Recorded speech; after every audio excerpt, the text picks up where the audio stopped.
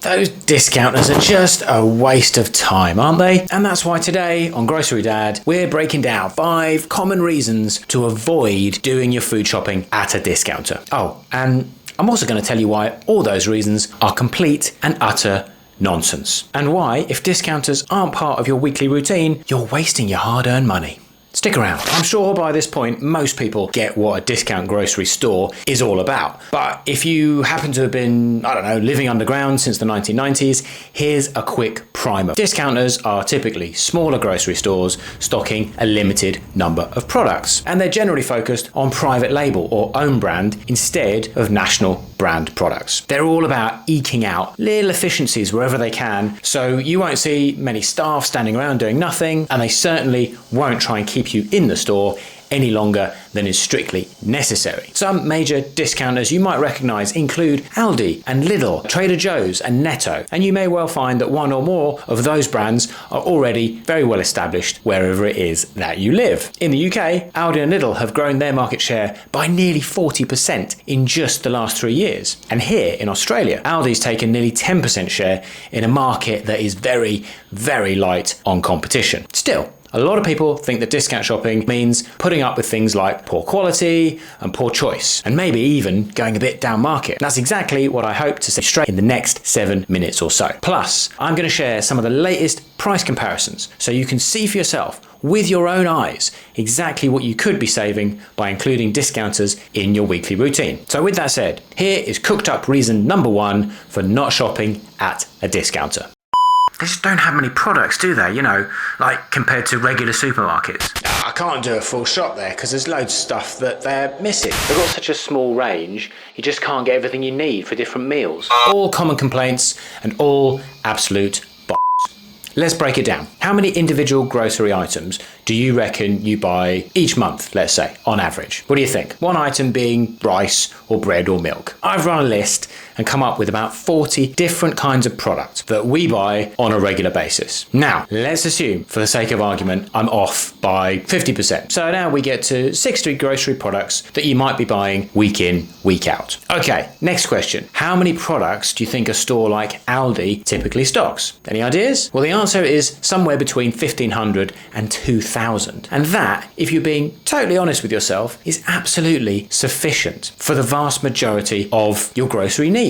In fact, this is actually one of the major benefits of using a discounter, because generally speaking, we just don't need a selection of 20, 30 or even 40,000 grocery products. And that's what a mainstream supermarket store usually carries. It's just too much choice. It slows you down. It's overwhelming. And ultimately, it encourages you to overspend. Now, there will undoubtedly be times when your local discounter doesn't have the thing you need. And I don't know why lemongrass has just popped into my head, but you probably won't find that at Lidl. And I'm going to go ahead and guess that in 99.9% of your shopping trips, you won't be looking for it either. It makes infinitely more sense, does it not, to do most of your weekly shopping in a place that covers the vast majority of your weekly needs, and then fill in the rare gaps at other places when you need, rather than assume every week that you have gaps to fill and therefore need to go somewhere that has 50,000 products on the shelf. We've done most of our grocery shopping at discounters for probably over 10 years now, and I have to say the savings we've made on weekly essentials far, far outweigh any aggravation of having to go somewhere in addition for the more,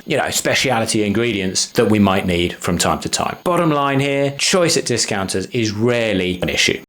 They don't stock any of the big brands that I trust. It's all just these weird, foreign brands I don't recognise. You got no idea where they get all these copycat brands from. It is true, there are some brands available at discounters that bear an uncanny resemblance to certain other well-known established brands. And whether that's a good or a bad thing is perhaps a topic for another time. But we can say for certain, while you won't get as many national brands in a discounter, you will usually find some. And that's been a deliberate strategy used by the discount chains to get more people into their stores, because they know those brands have really big pulling power. They might be available for limited periods, say just a few weeks at a time, but they will usually be at very competitive prices. Beyond that though, don't let the fact that you don't recognise the name on the pack influence you too heavily. There are many instances in which those products are actually being made in the same factory as the branded alternative that you trust so much. And once you've shopped there a couple of months, you'll quickly find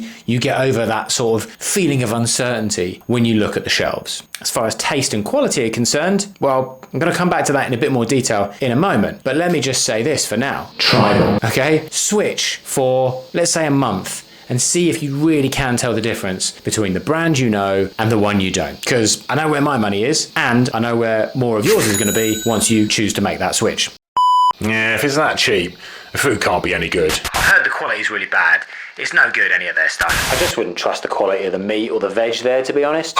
Big fallacy that could be costing you big money on your weekly shop. Sure, you can find somebody who bought a rotten steak from a discounter or some produce they had to throw in the garbage. But let's be frank, that can and does happen from time to time with any mass food operation. And there is zero consistent evidence to support the notion that discounters systematically supply poorer quality food. I tend to take food awards with a bit of a pinch of salt because they hand them out like confetti, but people like Aldi and Lidl do win a lot of these things. Plus, you can make a strong case to say their produce is fresher because they run fewer lines, meaning they turn the stock over quicker and there's less opportunity, therefore, for stuff to sit around on the shelf going bad. My advice here, as I mentioned a moment ago, is give them a crack, because I think there's a very high probability in 6 months' time you won't be going back to paying higher prices for your basics because of any quality concerns. Yes, you will initially probably notice some difference in taste, and if we ever find we have to buy a branded alternative for whatever reason, we notice that too. But taste and quality are two different things, right? So if you're committed to bringing your food budget down or just getting it under control, get comfortable with that and embrace the change, knowing there really is no significant quality gap to be found. Okay, 3 down, 2 to go, and number 4 and 5 are real classic excuses not to give discounters a go. So stick around for those. But remember, I also promised you some hard and fast price comparisons so that if you're still in two minds in spite of this video and you wonder if it's worth the risk of switching to or even just including a discounter in your weekly shop, you got some proper evidence here to say it's going to save you money. Now, to keep this short and sweet, I'm using 2 markets, the UK and Australia, just to illustrate this point. Very different markets. The UK, for example, has several mainstream supermarkets and it's a really, really competitive market. Australia, on the other hand, doesn't and isn't.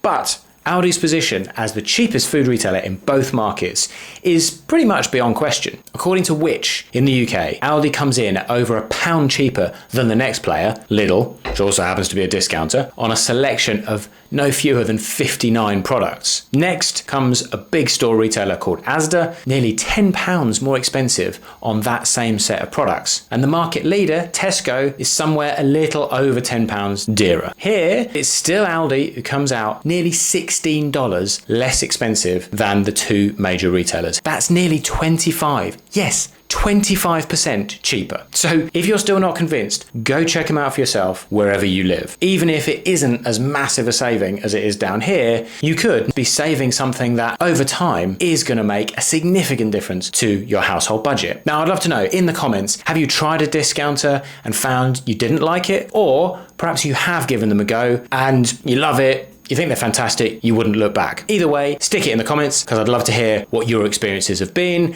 and if there's any other myths that we can debunk in the future. All right, let's get back to it and another not so real reason for not shopping at a discounter.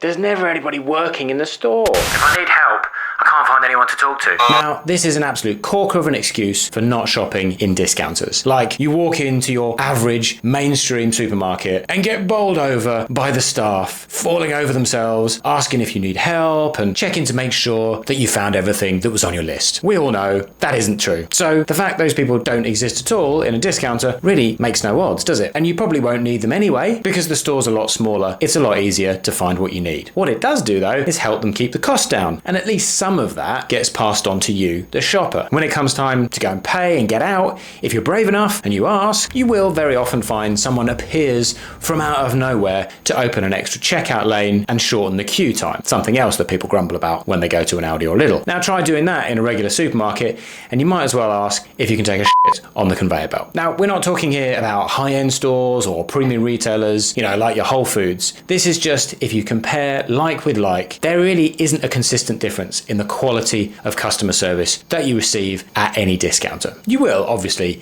get instances of dodgy service from time to time, but in all my years of grocery shopping, that's an accusation I've found fits way better with the regular supermarket chains that I've shopped in around the world, not the discounters.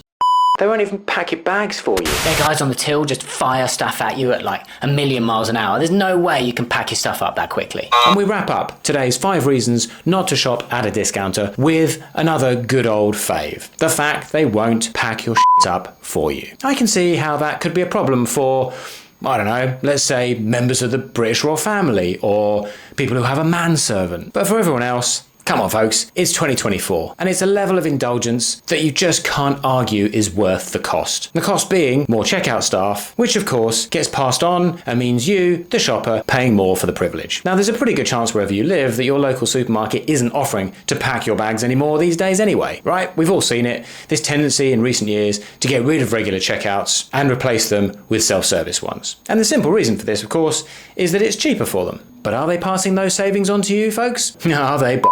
So, really and truthfully, at least discounters are being upfront about the fact they want to get you and your groceries out the door as quickly as possible. Instead of reminiscing some halcyon time when checkout lads and lasses bid you a pleasant day as they popped your eggs in a bag, why not try forgetting about all that? My recommendation at least, just take the money instead. And if you want a top tip from someone who's been doing it for years, that's me, get yourself one of those solid cardboard crates. You know the sort of thing they bring the strawberries out in? There's usually a bunch of them stacked up around the front of the store somewhere. And go ahead and make that your new free shopping bag. Get yourself a system for putting all of your groceries in there nice and neatly. And then, if you're competitive, finish off with a little game of what I like to call Beat the Checkout, where you see if you can stay ahead of the items being fired at you and get them in your box quicker than they can scan them. It's surprisingly rewarding, I have to tell you. So, there's your 5 so-called reasons for not shopping at discounters. You might agree, fully debunked. And a lot of it really just boils down to change. Some people love it, others not so much. But honestly, if you can get over that, the fact is you can save yourself a lot of money